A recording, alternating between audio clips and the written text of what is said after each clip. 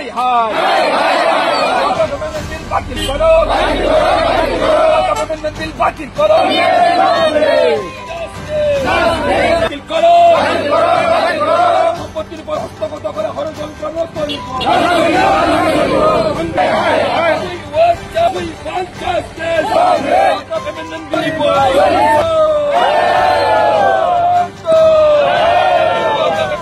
বাতিল করো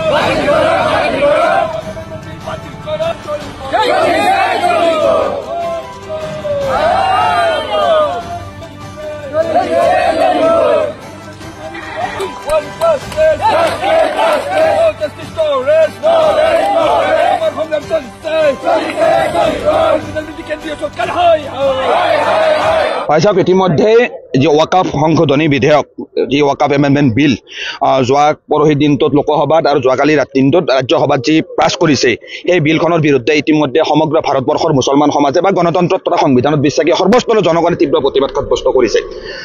এই যে সংবিধান বিৰোধী ওয়াকাফ এমেন্ডমেন্ট বিলখন বৰ্তমানৰ বিজেপি নেতৃত্বাধীন যিখন কেন্দ্ৰীয় চৰকাৰে ভাৰতত বলবৎ কৰিব বিচাৰিছে এই বিলখনৰ দ্বাৰা আচলতে ভাৰতবৰ্ষৰ মুছলমানৰ যি সাংবিধানিক অধিকাৰ সেই সাংবিধানিক অধিকাৰৰ ওপৰত পদাঘাত কৰিবলৈ চেষ্টা কৰাৰ অভিযোগ ইতিমধ্যে আমি উত্থাপন কৰিছোঁ।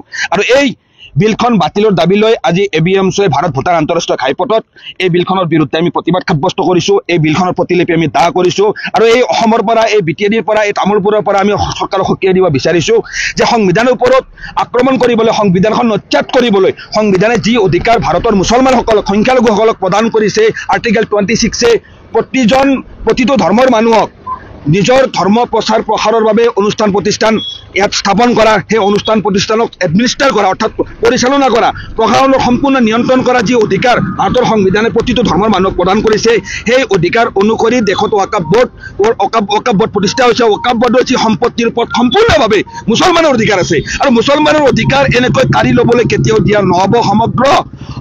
সমগ্ৰ ভাৰতৰ মুছলমান আজি ৰাজপথলৈ ওলাই আহিছে। আজি দেশৰ 20 কোটি মুছলমানৰ কোনো ধৰণৰ দিহা পৰামৰ্শ নোলোৱাকৈ এনেকৈ মুছলমানৰ অধিকাৰ নচ্যাত কৰিব পৰা এনেকুৱা ওয়াকাফ এমেন্ডমেন্ট বিল আমাৰ ওপৰত জাপি দিলে আমি কোনো পধ্যে মানি নলওঁ। দেশৰ সংবিধানখন নচ্যাত কৰিবলৈ যি ষড়যন্ত্ৰ এইখন চৰকাৰে আৰম্ভ কৰিছে এই ষড়যন্ত্ৰ আমি মানি নলওঁ।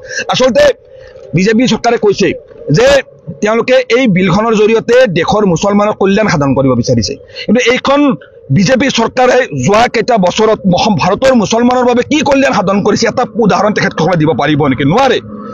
আচলতে এই বিলখন আনিছে একমাত্ৰ ভাৰতবৰ্ষত সাম্প্ৰদায়িক মেৰুকৰণ কৰাৰ উদ্দেশ্যে। বিজেপি চৰকাৰখনে বা বিজেপি দলটোৱে বা বিজেপিৰ সহযোগী দলসমূহে প্ৰত্যেকটো মুহূৰ্ততে এইখন দেশৰ অইন জাতি জনগোষ্ঠী ধৰ্মৰ মানুহৰ মনত মুছলমানসকলৰ প্ৰতি এটা ঘৃণা সৃষ্টি কৰা ষড়যন্ত্ৰ কৰি আহিছে।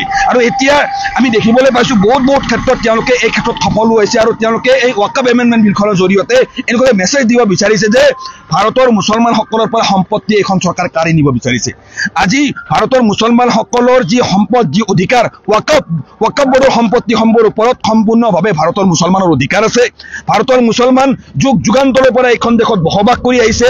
নৰেন্দ্ৰ মোদী অমিত শ্বাহৰ সহানুভূতিত এইখন দেশৰ মুছলমান ভাৰতৰ মুছলমান জীয়াই থকা নাই।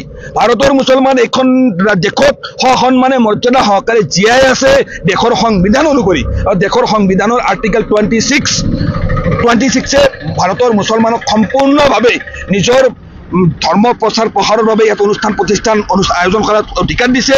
আৰু সেই অনুষ্ঠান প্ৰতিষ্ঠানৰ ক্ষেত্ৰত আজিৰ তাৰিখত এখন চৰকাৰে যি ইয়াত ওয়াকাফ এমেন্ডমেন্ট বিল আনি এই অধিকাৰ কাঢ়ি লৈ যাব বিচাৰিছে এই কথা আমি কেতিয়াও সহ্য নকৰোঁ, কেতিয়াও মানি নলওঁ। আমি স্পষ্টকৈ কৈছোঁ যিহেতু ওয়াকাফ এমেন্ডমেন্ট বিলত স্পষ্টকৈ কোৱা হৈছে কি যে তেওঁলোকে ইয়াত ডিষ্ট্ৰিক্ট মেজিষ্ট্ৰেটৰ ওপৰত সকলোৱে কৰ্তৃত্ব প্ৰদান কৰিব।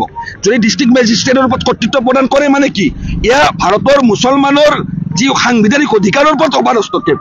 আৰু এই কথা আমি কেতিয়াও হ'ব নিদিওঁ, কাৰণ ভাৰতৰ মুছলমান এইখন দেশৰে এটা অবিচ্ছেদ্য অংগ আৰু ভাৰতৰ মুছলমানৰ ওপৰত হৈ থকা এনেকুৱা ধৰণৰ আক্ৰোশমূলক ব্যৱহাৰৰ বিৰুদ্ধে আগন্তুক দিনতে ইয়াৰ বিৰুদ্ধে তীব্ৰ প্ৰতিবাদ সাব্যস্ত কৰিম।